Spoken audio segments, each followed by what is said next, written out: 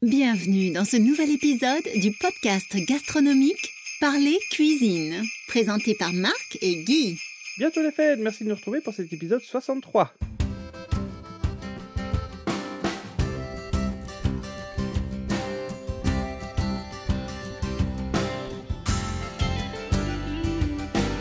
Bonjour à toi, chère auditrice, chers auditeurs, merci de nous retrouver pour ce nouvel épisode. Au micro, c'est Marc et je vous retrouve comme d'habitude avec Guy. Bonjour Guy. Bonjour Marc. Alors, on est toujours en cette période de pré-réveillon, ce mois de décembre 2017. Tiens, hier, j'ai mis le sapin de Noël, j'ai sorti le sapin de Noël avec les enfants. Et ils se sont amusés comme des fous, ils étaient tout excités. Bon, je les laissais Pourquoi faire... il devait prendre l'air, le sapin de Noël?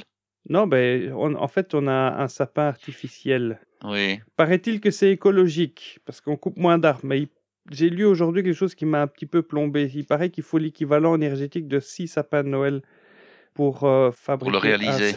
Voilà. Donc je me dis, donc je dois l'utiliser au moins 6 fois avant que ce soit un bénéfice pour l'humanité. Oui. Et puis je me dis, comme il était en plastique, peut-être qu'il va rester, dès que je le jetterai à la décharge, il va rester pendant des millénaires. Il va rester pendant des siècles Voilà. dans cet état-là dans la décharge. Donc, je suis obligé de le garder longtemps et de le léguer à mes enfants en espérant qu'ils vont le léguer eux-mêmes à leurs enfants. Bref. Moi, j'ai fait faire un sapin de Noël en bois cette année-ci à l'école. En bois? Oui, c'était la mode il y a un an ou deux, avec un axe central en métal et puis toutes des petites planchettes de boîtes, des petites lattes de boîtes de couleurs différentes, de longueurs différentes, et qu'il suffit de tourner pour avoir un beau sapin en bois. Bon, évidemment, ça ne ressemble pas au sapin de Noël bien vert qu'on connaît, mais c'est original. Mais dis-moi, un sapin naturel, je crois que le tronc au milieu est en bois, non? Ah, un sapin naturel, mais c'est du bois, évidemment, mais c'est biodégradable. tu veux dire Et c'était du bois de quoi? Du bois de sapin? Ah ben, il y avait du bois de sapin, mais il y a d'autres bois aussi. Et alors, finalement, le jour où il ne plaît plus, on récupère le bois, on peut le brûler, on peut en faire ce qu'on veut, et c'est tout à fait biodégradable. Attends, tu veux dire qu'on coupe des sapins pour faire des planches? Pour faire des planches avec lesquelles on fait des sapins de Noël en bois. Voilà, il faut être belge pour avoir ce genre d'idée. Mais ils ne perdent pas leurs épines, par contre. Hein. Ah oui, non, ça c'est bien. Et puis tu peux le réutiliser chaque année. Et puis surtout, comme une fois qu'il est replié, il n'a jamais que l'épaisseur de ses lattes. Oui. Ben, il ne tient pas de place non plus. Hein. Oui, c'est pas mal, c'est pas mal. Ah, c'est pas mal. Et tu le replies en l'espace de 10 secondes, 15 secondes. Oui, ok. Ah, voilà. Mais on n'est pas là pour parler de sapin. On est toujours dans une série de repas festifs pour les gens qui ont des intolérances et des restrictions alimentaires.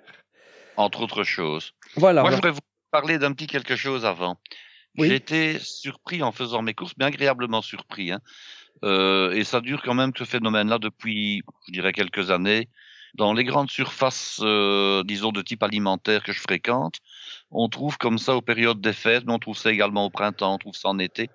Je dirais quasiment des revues culinaires. En réalité, ce sont des revues qui sont bien sûr éditées par le magasin, par le commerce en question. Et ils profitent de moments festifs. Bon, bien sûr, l'été, ce sont les barbecues. Au printemps, c'est la Saint-Valentin. En hiver, ce sont les fêtes de fin d'année. En automne, c'est la période de l'achat. Et on a véritablement des revues qui sont maintenant de mieux en mieux ficelées, de mieux en mieux faites, avec des photos superbes, avec toute une série de recettes. Et j'ai trouvé dans une revue ici très récemment le sujet qui nous préoccupe, c'est-à-dire qu'ils avaient réalisé en photo et en recette 4 types de bûches pour une bûche traditionnelle. Et puis, il y avait une bûche pour les véganes, une bûche pour les intolérants au gluten et une bûche pour les intolérants au lactose. Et me dis, tiens, finalement, on est vraiment dans le sujet qui nous occupe. Et c'est la preuve que de plus en plus de monde est justement intolérant à ces substances. Donc, on surfe un petit peu sur la vague, mais parfois aussi sur la nécessité de permettre à des gens qui ont des restrictions alimentaires de pouvoir quand même faire la fête comme tout le monde. Donc, et je voulais souligner ça. Voilà, donc soit tu as eu l'idée en même temps qu'eux, soit tu les as copiés. Bref, on pourrait le dire. Maintenant, on a eu l'idée avant que je ne découvre la revue en question. Donc, voilà.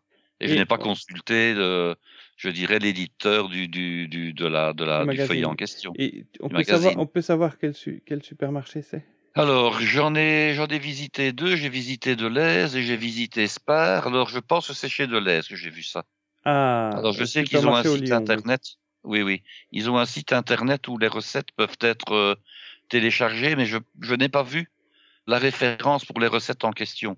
C'était la première des bûches, donc celle qui ne présente pas d'intolérance particulière, qui pouvait être téléchargée. Les autres, je ne l'ai pas vu, donc il faut évidemment aller faire ses courses chez Deleuze et à la caisse ramasser un de ces petits magazines qui est donc très très bien fait. Et ceci dit, je ne fais pas de publicité chez Deleuze, étant donné que je n'ai pas comment dirais-je, d'acquaintance ou de retour, j'ai pas d'action, donc c'est vraiment, gratuit ce que je dis ici. Voilà. Mais ça méritait d'être souligné. Oui, mais souvent les supermarchés proposent comme ça des fiches recettes, des magazines recettes. Oui, de plus en plus. Hein. Maintenant, tu trouves quasiment des recettes partout. Quelle est la valeur d'une recette, hein, Guy?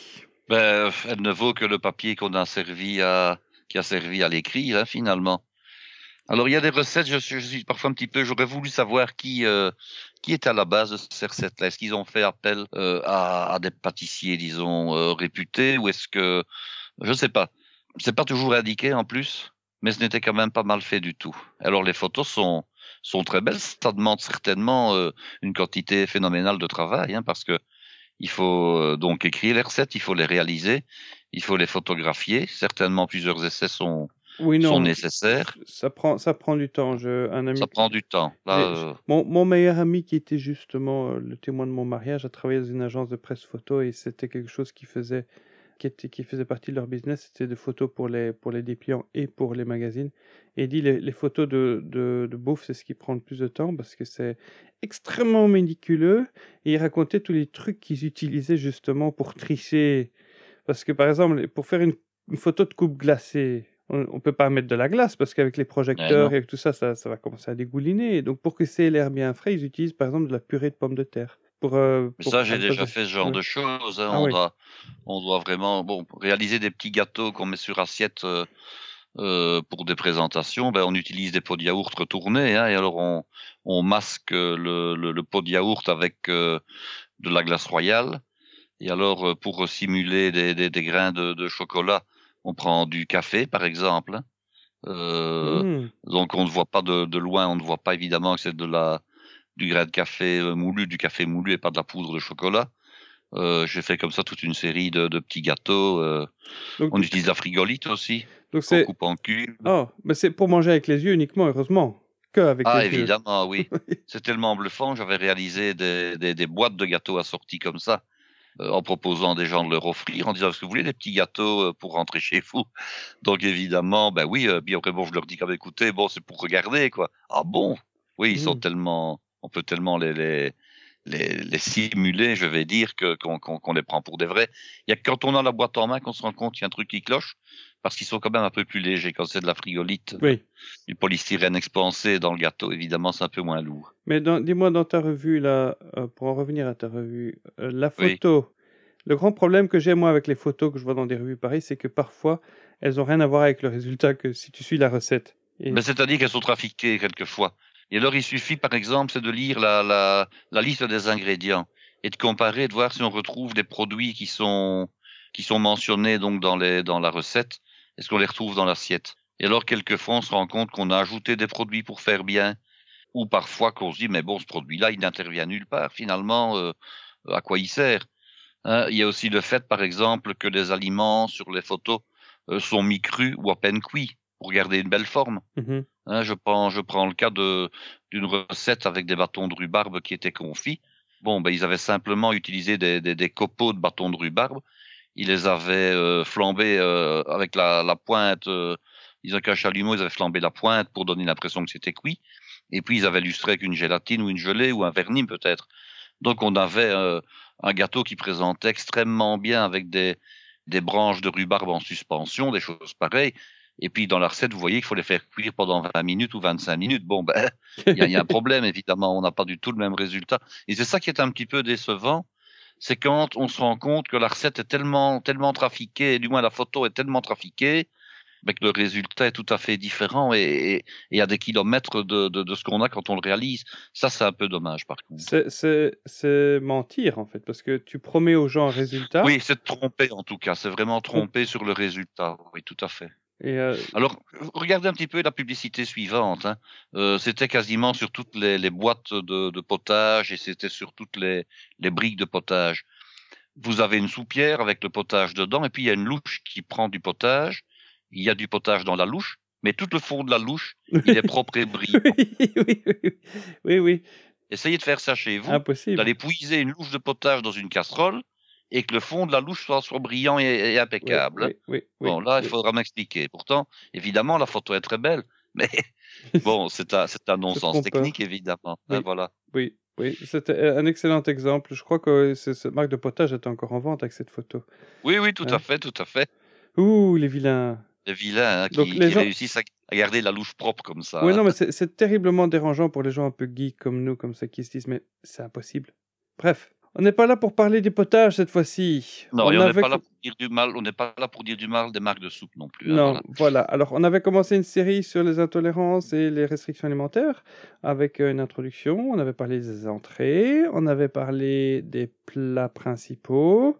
Donc là, maintenant, on a bien mangé. Qu'est-ce qu'il nous reste à faire? On peut passer. Et il nous reste à prendre éventuellement deux choses, un dessert et un morceau de fromage. Alors, je préfère commencer par le dessert. Pourquoi? Parce que finalement, le fromage que nous verrons la prochaine fois, ce n'est pas très grave si on fait son plateau de fromage habituel finalement. Je vous donnerai des idées en fait, disons d'association et des idées de dressage du fromage, mais ce n'est pas très très grave. En fonction des personnes que vous recevez, forcément, celui qui est intolérant au lactose, il y a des fromages sans lactose. Hein. Mais je vais dire, elle sait ce qu'elle peut manger, elle sait ce qu'elle ne peut pas manger. Celui qui est allergique, par exemple, au lait de vache, il sait qu'il doit manger du fromage de chèvre. Celui qui est allergique éventuellement ou qui ne supporte pas le fromage de chèvre, il peut prendre autre chose. Donc, c'est nettement moins cuisiné comme résultat. Donc, à la limite, on peut très bien faire son plateau de fromage habituel, comme on peut aussi très bien ne pas manger de fromage du tout lors d'un menu de réveillon, hein, parce que si on a déjà mangé suffisamment d'autres choses. Et puis c'est une mode, le fromage, qui est une mode régionale. Je dirais que le français ne conçoit pas un repas de ce nom, digne de ce nom, sans un morceau de fromage. Bon, en Belgique, par exemple, c'est quelque chose qui est un plus, mais qui n'est pas une nécessité absolue. Par contre, le dessert, je pense que partout le dessert est important et nous allons parler du dessert aujourd'hui. Mais il y a certains pays, effectivement, qui aiment manger du fromage, qui inclure de fromage dans le menu pour justement lui donner un côté festif. Parce qu'il ne faut pas oublier que si tu regardes un petit peu dans le monde entier, les gens, dès qu'ils veulent mettre un peu de faste dans leur façon de vivre, qu'est-ce qu'ils font? Ils copient les Français. Et c'est quelque chose que les Français réalisent pas assez bien. Regarde les Chinois qui deviennent très riches là maintenant, qu'ils se construisent des palais, ils viennent faire des stages en France. Ils veulent copier le palais de Versailles, tu vois. Alors ils veulent boire du bon vin, ils boivent du vin français.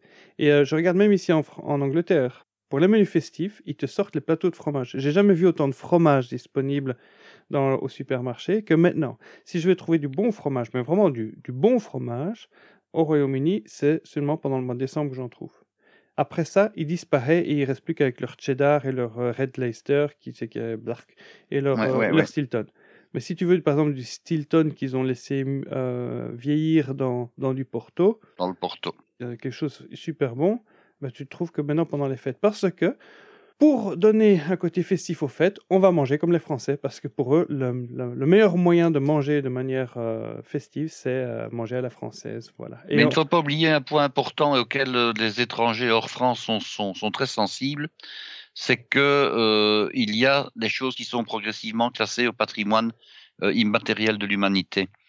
Et le repas à la française a été classé il y a, je dirais de mémoire 1 an ou 2, peut-être 3 maintenant, au patrimoine immatériel de l'humanité. Donc ça veut dire que lorsqu'on consulte cette liste-là, on tombe sur le menu à la française, et puis alors on se renseigne, on va voir, et on a le menu tel qu'il est structuré en France, et qui est un menu qui est relativement, je dirais, récent à l'échelle du temps, ce menu, parce que anciennement, même en France, on mangeait différemment. On ne respectait pas forcément cet ordre des plats qui est celui d'aujourd'hui. Donc la structure du menu à la française, qu'est-ce que c'est? C'est une entrée. Je vais faire, disons, le total, c'est évidemment un apéritif avec des mises en bouche. Alors nous avons d'abord les entrées froides, quelles qu'elles soient. Il y a un potage éventuellement. Il y a une entrée chaude ou un premier plat chaud. Il y a éventuellement un entremets, mais ça c'est une éventualité. Il y a le plat principal qui est en principe un plat de viande. L'entrée étant souvent à ce moment-là un plat de poisson. Et puis après vous avez le plateau de fromage, le service du fromage. Et puis vous avez le dessert. Et puis vous avez le café, pousse-café avec des mignardises. Ça, c'est le menu complet à la française. Alors, si on veut prendre un menu un petit peu plus réduit, on aura une entrée, on aura un plat, on aura le fromage et on aura le dessert. Donc, quand on fait un menu à 4 services en France, en principe, il y a toujours le fromage après le plat principal. Et forcément, celui qui veut vivre à la française, ou en tout cas imiter, va respecter ces structures en 4 services, mais le fromage sera toujours présent. Alors qu'en Belgique, ce que moi j'ai expérimenté, c'est qu'on va plutôt laisser tomber le fromage, mais on va mettre une entrée chaude et une entrée froide. On va mettre 2 entrées, par exemple, oui, et un potage, et laisser tomber le fromage. Et c'est vrai que la Belgique est un pays de potage. La France a un petit peu oublié le potage pour une raison toute simple. C'est qu'en France, le potage, d'après je dirais l'évolution historique des menus et surtout des heures de prise de repas, le potage était un repas du soir qui était très souvent un repas complet à lui tout seul. Donc, le potage était un plat qu'on prenait très tard, et le mot souper, qui est toujours utilisé en Belgique, alors qu'en France, on utilisera le mot dîner, était un repas qu'on prenait extrêmement tard avant d'aller se coucher. Hein, oui. Tandis qu'en Belgique, on a gardé l'idée du potage aussi bien à midi qu'éventuellement le soir, mais surtout le midi. Oui. Hein, vous allez dans une cantine, dans un mess, eh bien, vous aurez du potage de toute façon qui sera proposé quasiment dans toutes les configurations. Vous prenez un bol de potage, puis vous prenez le plat principal. En Belgique, le potage sert quasiment d'entrée, ce qui n'est pas tout à fait le cas de la France. Exactement. Et dans les cantines ici, je vois aussi, il y a toujours un potage, effectivement. Et les potages sont classés parmi les entrées, au restaurant, à la carte. Oui, c'est leur place de toute façon. Hein. Quoique maintenant, il y a très peu de restaurants qui proposent des potages maintenant.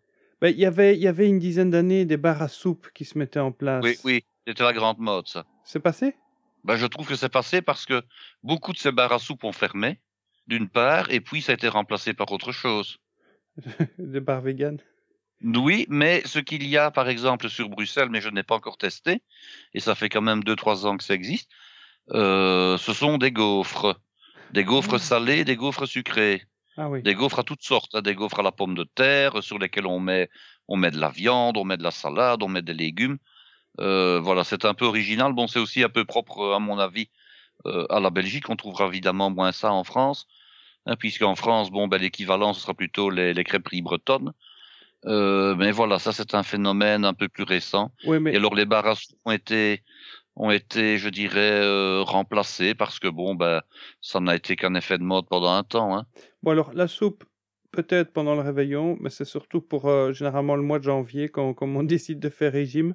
La soupe est un moyen de se nourrir de manière assez saine et assez facilement. Mais par contre, si on voit les publicités que je consulte actuellement sur la Belgique, il y a le potage pour le réveillon qui est un incontournable, et c'est la bisque de homard. Hein. Je pense que s'il y a un jour dans l'année où les gens font l'effort d'acheter soit le potage déjà préparé parce qu'on le réalise rarement soi-même dans le cas d'une bisque, c'est la bisque de homard suivie par la soupe de poisson. Mais la bisque de homard est un incontournable pour le réveillon de Noël ou le réveillon de Nouvel An. Ça, c'est presque une obligation. C'est une façon assez abordable de manger du homard, d'avoir du homard à sa table. Mais c'est vrai que je connais pas un autre moment de l'année où on mange ce genre de choses, la bisque de homard.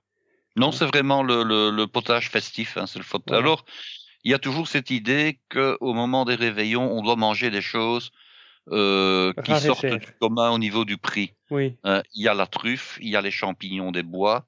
La dinde n'est plus très onéreuse, mais il y a le chapon, il y a le maline, il y a le caviar, il y a le saumon fumé, mais qui maintenant quand même est devenu un produit plus abordable. Grâce aux Norvégiens. Alors il y a les crustacés. Le homard, c'est évidemment homard et langouste. Ce sont vraiment les 2 crustacés qui font effet au moment des fêtes. Le foie gras, bien sûr. Mais voilà, c'est alors au niveau des desserts, bien sûr, les préparations à base de marrons et ainsi de suite, marrons glacés. Marrons glacés surtout. Oui, voilà. Hein. Les marrons sont pas chers, c'est les marrons glacés qui sont chers. Ce sont les marrons glacés qui sont coûteux, évidemment. Difficile à préparer, ça prend du temps et on peut pas sous-traiter à la Chine. Donc, Mais surtout, je crois qu'on pourrait sous-traiter à la Chine, mais enfin, il faut des châtaigniers, il faut un savoir-faire, ça c'est autre chose. Et alors, il faut savoir que pour que l'appellation marron puisse exister, il faut que ce soit une châtaigne avec un seul fruit à l'intérieur. Quand il y a 2 fruits, ce sont des châtaignes. Quand il n'y a qu'un fruit dans la bogue, c'est un marron. Donc déjà, toutes les châtaignes ne peuvent pas être appelées marrons. Et puis lorsqu'on procède, il y a ça. Hein.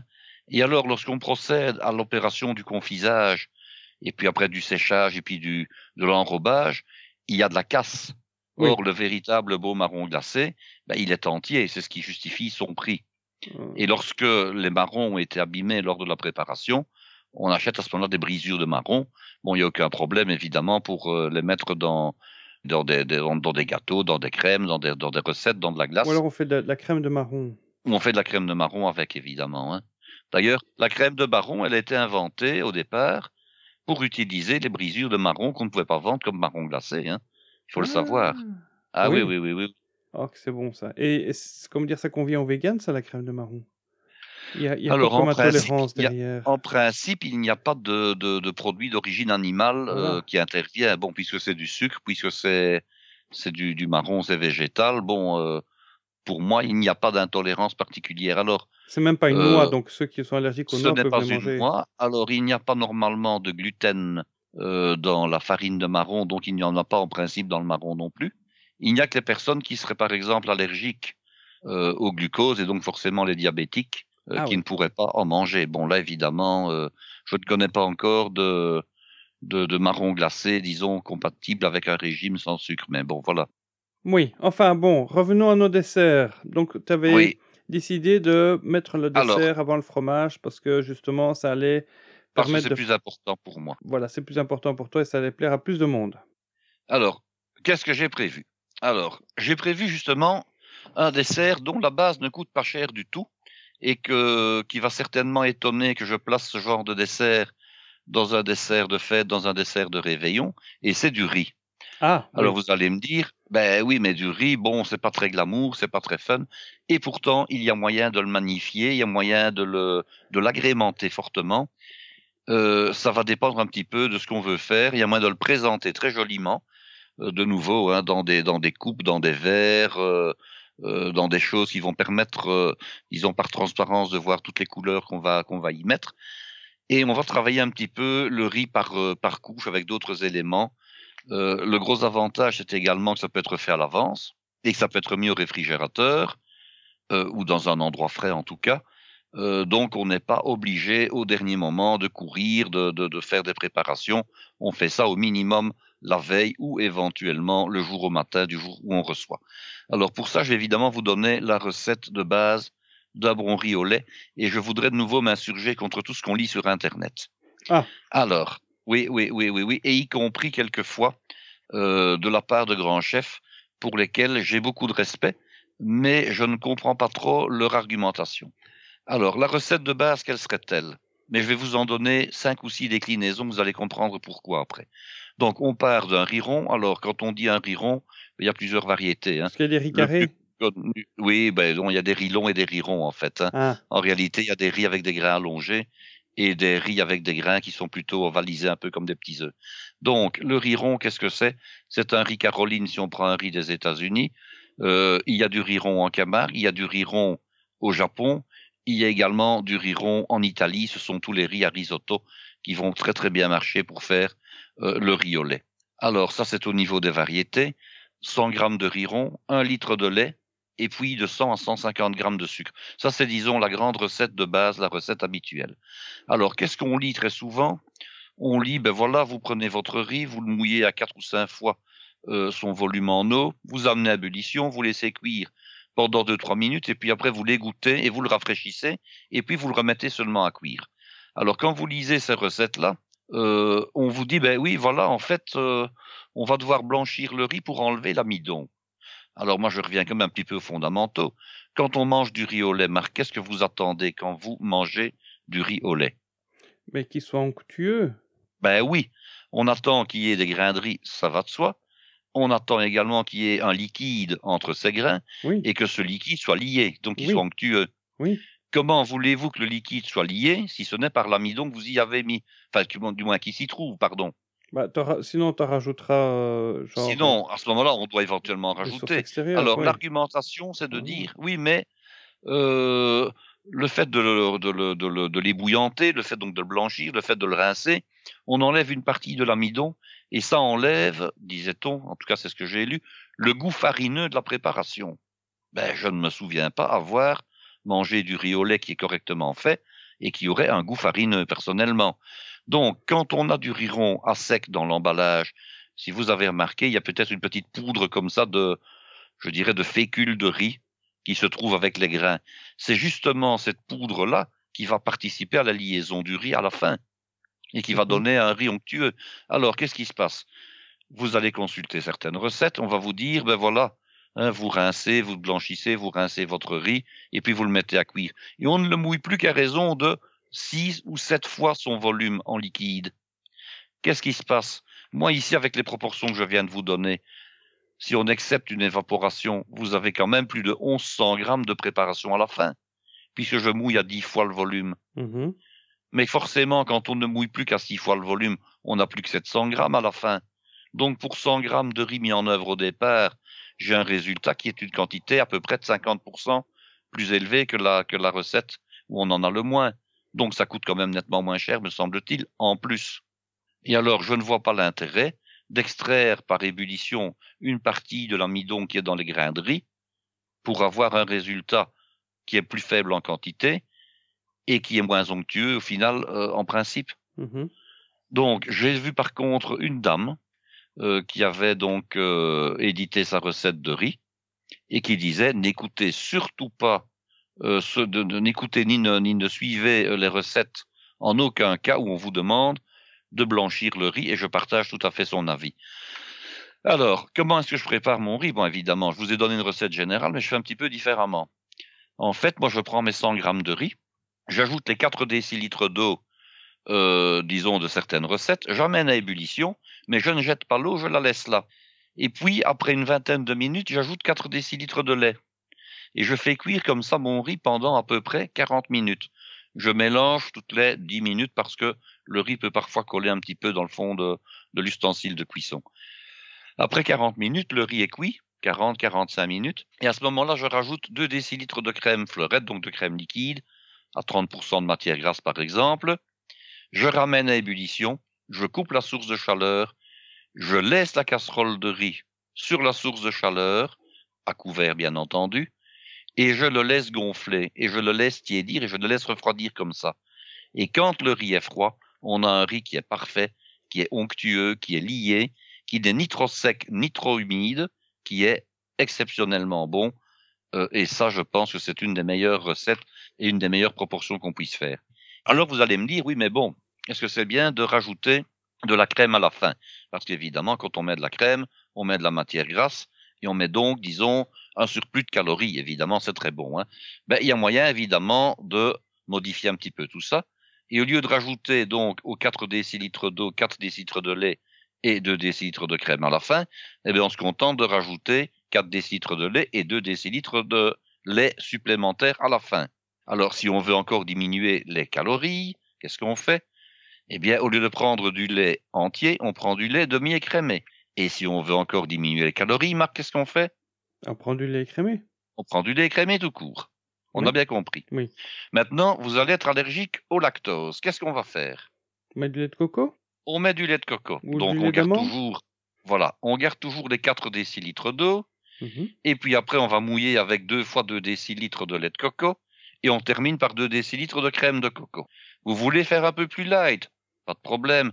Vous mettez simplement à la fin 4 décilitres de lait de coco, mais vous avez mouillé au départ avec 6 décilitres d'eau. Mhm. Alors, en faisant tout ça, si vous ne mettez pas de sucre et que vous mettez de l'édulcorant, vous avez à la fois les diabétiques qui sont contentés, vous avez à la fois les intolérants au lactose, les intolérants, je dirais, au soja puisqu'il n'y en a pas, et vous avez également les véganes qui sont contentés puisqu'il n'y a pas de matière grasse d'origine animale ni de produits d'origine animale. J'ai une question. Donc, avec une seule recette, vous contentez, je dirais, 4 ou 5 types de régimes différents. Mais j'ai une question. L'amidon qui est contenu dans le riz n'a pas un indice glycémique qui peut être défavorable aux diabétiques? Si, il a un indice glycémique parce qu'évidemment, c'est un sucre, même s'il est composé, Oui. c'est un sucre. Maintenant, les diabétiques savent très bien qui ne doivent pas manger lorsqu'il y a des produits qui sont, je dirais, riches en amidon, des quantités trop importantes. Mhm. Hein. Donc évidemment, je n'ai pas dit qu'on pouvait se goinfrer en étant diabétique de riz, même s'il est sucré artificiellement, bien entendu. Il faut quand même rester prudent, mais ça, en principe, les diabétiques savent très bien quelle quantité ils peuvent manger. Alors, avec 100 grammes de riz au départ, il faut quand même le dire, on a l'équivalent au final de à peu près 5 desserts, disons 5 personnes, hein, au minimum. Hein. Voilà. Donc, la oui. quantité de riz au départ, elle est quand même relativement faible parce que le riz va gonfler énormément. Hein. Ok. Donc là, maintenant, on a notre riz au lait de base. Alors, on a notre riz au lait de base. Alors, j'ai dit qu'on pouvait le sucrer avec 100 à 150 grammes de sucre, mais on peut aussi le sucrer avec d'autres produits. On peut le sucrer avec du miel, par exemple. Oui. On peut le sucrer avec du chocolat fondu, noir ou blanc. Mhm. On peut également le sucrer avec du caramel. On peut également le sucrer avec du caramel au beurre salé. On peut également le sucrer avec du praliné. Donc, vous voyez qu'on peut sucrer le riz avec toute une série de produits qui vont en plus lui donner un goût particulier. Ça, c'est une première chose. Alors, quelle est l'idée maintenant? L'idée générale du dessert. Vous avez du riz au lait que vous allez utiliser comme base avec les variantes que je viens de vous donner. Et puis, vous allez alterner ces couches de riz avec d'autres produits. Mmh. Alors, vous allez pouvoir alterner avec quoi? Avec des biscuits. Toute une série de types de biscuits différents. Un petit peu comme si on faisait du mascarpone, finalement. Mmh. Alors, dans les biscuits, vous avez les biscuits à la cuillère. Vous avez les boudoirs. Vous avez les biscuits roses de Reims. Vous avez de la génoise. Vous avez du spéculoos. Mmh. Vous avez les Oreos. Vous avez les sablés bretons. Vous avez la dentelle bretonne. Donc, vous voyez toute une série de biscuits qui peuvent servir à faire des couches après avoir été brisés. Il faut les et qui vont ces donc... biscuits. Alors, il faut les concasser au minimum, bien entendu. Maintenant, dans le cas de l'Oreo, par exemple, qui est un disque rond, vous pourriez très bien mettre dans un verre un Oreo, hein, et le laisser entier entre deux couches de riz, par exemple. Hein, Ah oui. parce qu'il va se ramollir, bien entendu. Mmh. Alors, qu'est-ce que vous avez également? Vous pouvez aussi agrémenter votre riz. On pourrait l'agrémenter avec quoi? Vraiment avec plein de choses. Hein. Évidemment, attention, celui qui est allergique à certaines choses devra s'en méfier. Bon, il y a d'abord les fruits secs. Des noix, des noisettes, torréfiées, concassées. Ce qu'on appelle en Belgique du brésilien negresco. Ce Oui. sont ces noix torréfiées et sucrées qu'on met au-dessus de la glace qu'on appelle la brésilienne. On en a déjà avez les parlé, oui. pistaches. On en a déjà parlé. Vous avez les pistaches. Hein. Alors, vous avez également des fruits séchés. Jusqu'ici, j'avais parlé de fruits secs. Alors, les fruits séchés, qu'est-ce que c'est? Les raisins secs, les baies de goji, les Oui. pruneaux, les abricots secs, les dattes, les figues. Tout ça coupé en petits morceaux. Oui. Et puis, vous avez ce que j'appellerais les faux fruits séchés. Alors, c'est aussi une grande mode. On en avait acheté ensemble il y a quelque temps. Maintenant, on trouve du kiwi, on trouve des fraises, on trouve du pamplemousse, on trouve de l'ananas, oui. on trouve de la On trouve papaye, de tout. Oui. et on trouve même des marrons glacés qui sont finalement des marrons confits. Oui. Mais vous avez également les véritables fruits confits. Vous Oui. avez les macédoines de fruits confits, les cerises confites, les zestes Oui. de citron, les zestes d'orange, Oui. de bergamote, de cédra, et tout ça, vous avez pu les faire macérer éventuellement dans un alcool de votre choix. Je vais prendre un exemple. Les raisins et le rhum, ça marche très bien. Les marrons, le whisky, ça marche très bien. Les cerises ou les ananas avec du kirsch, ça marche très bien. Des zestes d'agrumes avec du cointreau ou du grand marnier, ça marche très bien. Donc, vous pouvez, une fois que vous avez fait macérer vos fruits dans cet alcool, les mettre dans le riz en garniture pour avoir des couches de riz qui ne sont plus simplement des couches de riz nature ou à la vanille, mais des couches de riz qui sont aromatisées. Voyons Alors, ça. oui, mais ce n'est pas tout. Vous pensez bien que j'ai quand même encore fait travailler un petit peu mon imagination. Oui. Vous pouvez également faire ce qu'on appelle des compotés de fruits. Oh. Alors, j'ai déjà parlé un petit peu des compotés de fruits. Ce n'est pas compliqué. Vous prenez des fruits que vous avez choisis. Par exemple, imaginons des fruits des bois. Ils sont surgelés bien souvent à cette époque-ci et ils coûtent quand même nettement moins cher en surgelé que d'acheter des fruits, je dirais, en plein hiver, des mûres, des myrtilles, des groseilles. Donc, on les prend surgelés. Mais on les fait tout simplement cuire avec un petit peu de sucre ou avec un petit peu d'édulcorant.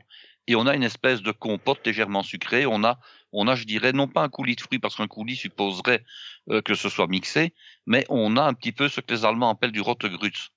Hein, et c'est vraiment quelque chose qui a beaucoup de succès dans les pays germaniques, le Rottegrütz. Non, c'est ce qu'ils mettent sur les glaces, sur les desserts, sur les crèmes, etc. Bon, et on peut très bien réaliser cette compotée de fruits avec des fruits rouges, des bois, comme je viens d'expliquer, des fruits noirs, mais on peut également réaliser ça avec des fruits exotiques. On peut également réaliser ça avec des pommes, avec des poires. À ce moment-là, on va couper les pommes et les poires en dés, on va les faire revenir à la poêle dans un peu de beurre et on va sucrer légèrement. Attention, ne pas trop sucrer. Pourquoi? Parce que le riz va déjà être sucré et les biscuits sont sucrés. Hein? Et alors, quand vous avez donc choisi, et je vais vous donner des exemples, une compotée, un riz aromatisé et des biscuits, eh bien vous organisez votre montage en alternant toutes ces couches-là. Tu fais ça dans un cercle? Non, je fais ça dans un verre parce que ce n'est pas suffisamment solide que pour être mis dans un cercle. Okay. Si on voulait le mettre dans un cercle, on doit travailler autrement.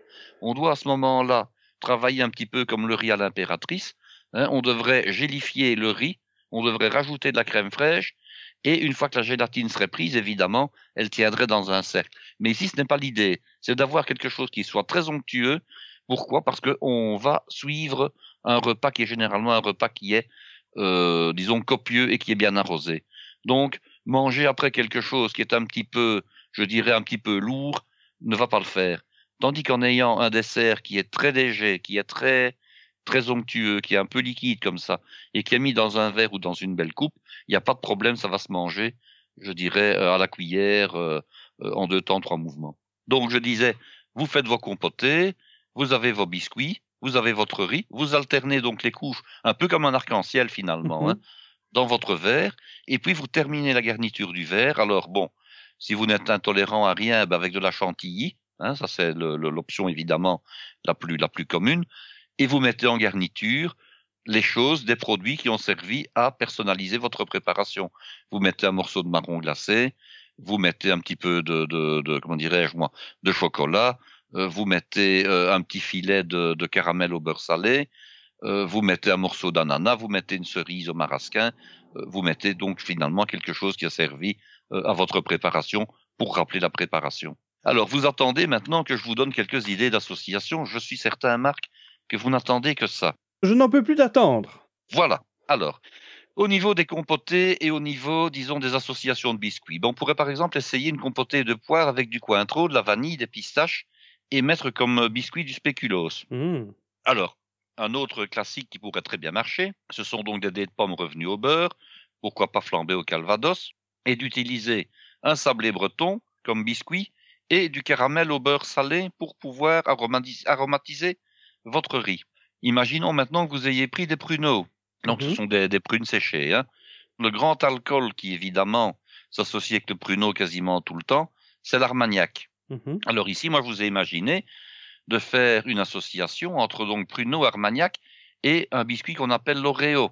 Ah oui. Ah oui. Alors maintenant, si on veut respecter un petit peu un esprit forêt noire, on peut très bien faire une compotée de cerises au kirsch et on met de l'Oreo ou bien des macarons au chocolat comme biscuit. Oui, effectivement. Ah oui. Alors imaginons maintenant quelque chose d'un peu plus exotique.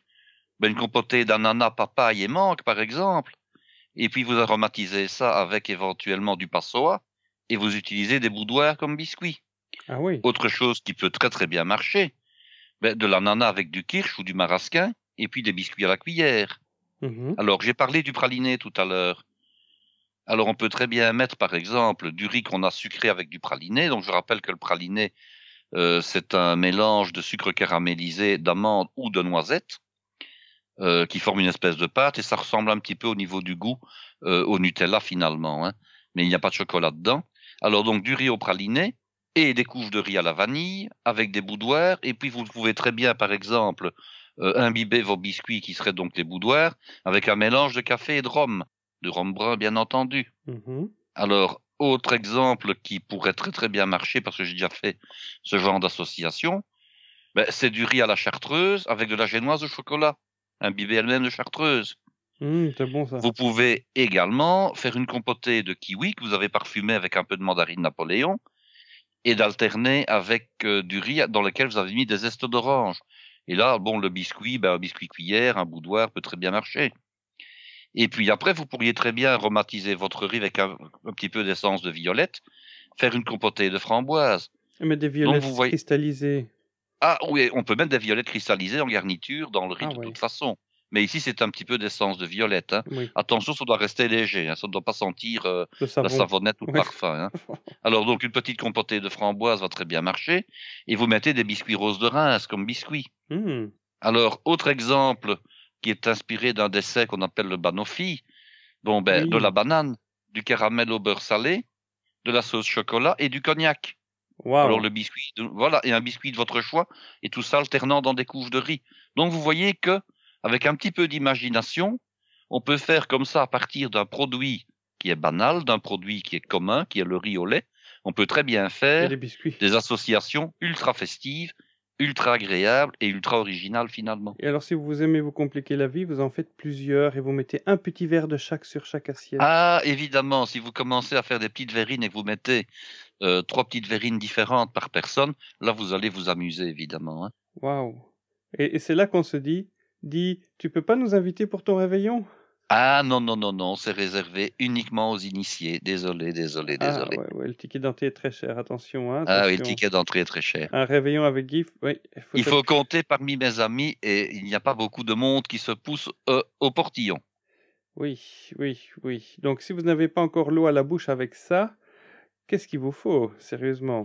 Ben, ici, je vous ai donné 1, 2, 3, 4, 5, 6, 7, 8, 9, 10, 11 exemples de préparation, mais avec toutes les variantes possibles, je dirais que vous avez certainement 300 ou 400 possibilités de vous amuser, évidemment. Maintenant, il y a des choses qui ne marcheront pas ensemble. Hein. Allez, on va prendre un exemple. Imaginons que vous mettiez des petits morceaux de dattes dans le riz et que vous mettiez après une compotée à la framboise. Bah, c'est pas très heureux, évidemment. Je ne vois pas je dirais, de lien logique entre les produits. Il y a comme ça des grands classiques qui ont fait leurs preuves et tous ceux que je viens de vous dire sont inspirés d'autres desserts et d'associations qui ont fait leurs preuves, hein, bien entendu. Allez, à la volée comme ça. Si je dois mettre de la pêche. Ah, La pêche au si on met sirop. de la pêche, eh bien, je pense que de la pêche va très bien s'associer avec de l'agrumes, par exemple. Ok. Autre chose. Et là, je pense à nos nombreux auditeurs aux États-Unis. Faut savoir que les États-Unis sont un pays dans lequel il y a beaucoup de gens qui nous écoutent. Et la pêche va s'associer avec le kitsch aussi, pardon. Voilà. Au beurre de cacahuète, si je veux mettre du beurre de cacahuète. Ah ben là, je resterai avec l'idée banane et chocolat, par contre. Ah oui. Ok. Allez, encore un autre exemple pour la route. Non, c'est tout ce que j'avais en tête. Ah, voilà. En vitesse, là, tu me prends à froid. Bah, c'était réciproque, hein. Ben, en fait... Ben, le lemon curd, par exemple, hein, qu'on trouve en Angleterre. Ah oui, pourquoi pas. Eh bien, moi, le lemon curd, je le verrais très bien, par exemple, avec de la pistache. Oui. La pistache... Associer pistache et citron, je crois que ça peut très bien marcher. Ok. Ouh. Et alors, comme biscuit, à ce moment-là, on mettrait des biscuits de type biscuit en pâte sablée. Oui. Et ça ferait penser un petit peu à une tarte au citron. À ce moment-là, ce que je conseille, c'est pour, disons, topper le dessert, c'est de partir non plus d'une chantilly, mais d'une meringue à l'italienne, de faire une belle rosace et puis de la flamber. Et là, vous allez un petit peu respecter le goût tarte au citron avec du riz. Voilà, je sais plus quoi dire. Maintenant, tu me laisses sans voix. T'as quasiment de quoi donner, de quoi remplir un bouquin là-dessus. J'allais dire, avec ceci, il y a moyen de faire un livre avec toutes des variantes. Et on trouve comme ça ce genre de livre, je dirais 25, 30 ou 40 variantes de riz au lait. Et il y aurait moyen comme ça de faire, disons, un livre complet avec toutes les variantes que je viens d'expliquer sans problème. Si j'avais le temps, en fait. Hein, voilà. Oui, malheureusement, les journées ne comptent que 24 heures. Alors, c'est tout ? Ah ben écoutez, maintenant ça c'est pour un type de dessert. Maintenant je rappelle quand même qu'il y a toujours les autres grands classiques et je voulais quand même en parler un petit peu. Bon, vous avez les éternelles bûches de Noël, glacées ou pas. Un dessert qui est présent depuis déjà quelques temps et que vous allez pouvoir moduler vraiment à l'envie, ce sont les brochettes. Alors les brochettes, vous allez me dire brochettes de quoi ? Il se fait que au moment des fêtes de fin d'année, et ça commence maintenant chez nous, il y a un choix de fruits exotiques qui sont proposés plus beaux et plus, je dirais, plus intéressants les uns que les autres. Bon, je ne vais pas ici juger de la qualité de leur état de mûrissement, étant donné qu'on sait que ces fruits viennent de très loin et qui ne sont généralement pas cueillis à maturité parfaite, mais enfin, on trouve un petit peu de tout maintenant au niveau des fruits exotiques. Et vous avez un autre produit qui est en train un tout petit peu de passer de mode, mais qui pour autant n'est pas encore entièrement démodé. Il a l'avantage de ne pas coûter cher, et il a l'avantage qu'on le trouve maintenant en surgelé. Et c'est quoi, Marc? Produit individuel, français d'origine, Paris même. Certains pâtissiers en ont fait de grandes spécialités. Le macaron. C'est le macaron, voilà. Alors, les macarons ont en outre l'avantage d'être très beaux, d'être colorés, d'être parfumés. Et alors, un petit dessert comme ça qui ne demande vraiment pas beaucoup de préparation préalable. Vous prenez des brochettes, des plus jolies possibles. Vous prévoyez 3 macarons par personne, des macarons de petite dimension, donc pas des gros macarons de 8 cm de diamètre évidemment, des petits macarons qui font 4-5 cm de diamètre. Donc vous prenez des fruits exotiques, vous les coupez en morceaux, vous prévoyez 3 macarons. Alors essayez de faire des associations de goût qui soient des associations qui tiennent la route, mais en règle générale, bon, macarons à la vanille, macarons à la pistache, macarons avec des essences exotiques type ananas, papaye, mangue, etc. Et puis vous mettez des fruits, vous intercalez, donc vous commencez par un morceau de fruit, un premier macaron, un deuxième morceau de fruit, un macaron, et vous terminez par un morceau de fruit. Vous avez donc une belle brochette qui alterne à la fois les macarons et les fruits. Ça peut être très très beau d'un point de vue visuel. Et puis vous prévoyez un tout petit coulis sur l'assiette, un petit coulis de framboise, un petit coulis exotique. J'ai déjà donné les recettes.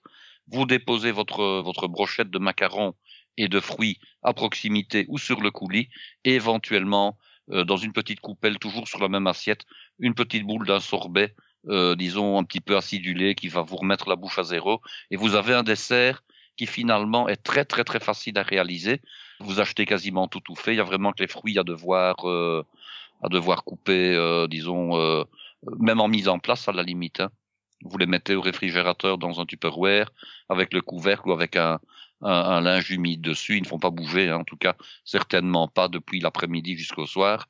Et ça ne vous demande pas de grande préparation, ça ne vous demande pas grand-chose à faire. D'autant plus que les macarons maintenant, on les trouve facilement surgelés également. Oui. Donc vous pouvez très bien les retirer, les enfiler sur la brochette un quart d'heure avant de passer à table pour ce plat-là, et votre dessert est tout fait. Et ça peut être très très beau visuellement.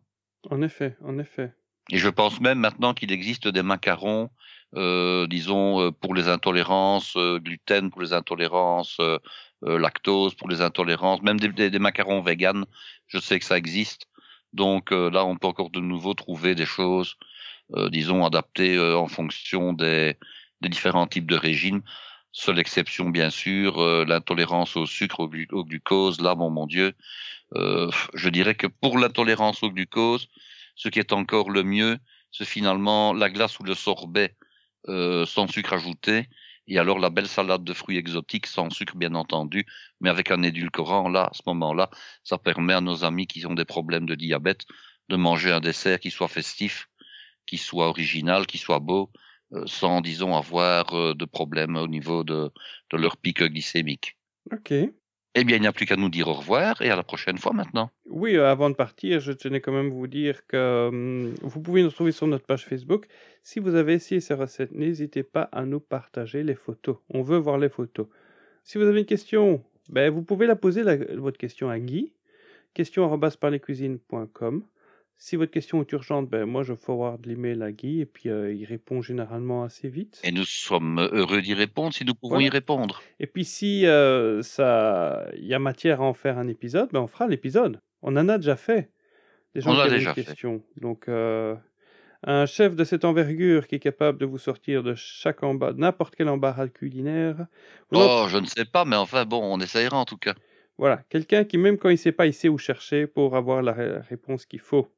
Vous n'en avez pas beaucoup, et pas beaucoup qui sont accessibles à ce niveau-là. Alors, c'est la période des fêtes, on se fait des cadeaux. Si vous voulez nous faire un cadeau pour nous remercier, vous pouvez toujours, soit dans l'ordre du plus facile, aller sur la page Facebook et nous mettre 5 étoiles. Il y a moyen de mettre 5 étoiles, allez mettre une étoile. Et vous pouvez agrémenter d'un petit avis si vous avez apprécié notre podcast.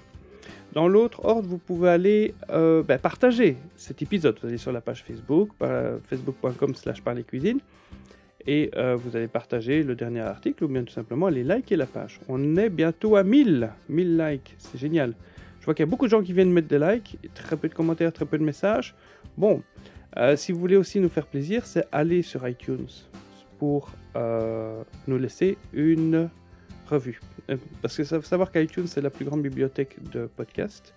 Et beaucoup d'applications de podcasts, si vous ne nous écoutez pas sur un appareil iOS ou Apple, mais que vous écoutez, je vois qu'il y a de plus en plus de gens qui nous écoutent sur un appareil de type Android ou alors via une application podcast qui n'est pas celle de Apple. Alors il faut savoir que dans la communauté podcastique anglo-saxonne, c'est la fureur qui est en train d'envahir les rangs parce que Apple, dans l'iPhone et dans l'iPad et dans l'iPod, avait mis une application résidente, qu'on appelle ça l'application native podcast. C'était au départ, on ne pouvait pas la supprimer, elle était là, et ça a un peu forcé les gens à venir écouter des podcasts.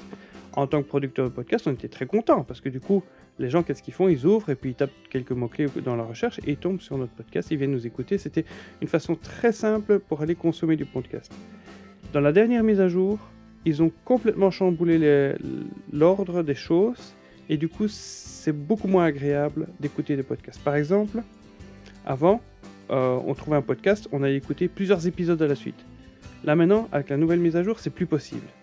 Et je le vois, il y a des gens, beaucoup plus de gens auparavant, qui nous écoutaient plusieurs épisodes à la suite via les applications l'application podcast qui était la plus populaire parmi les usagers.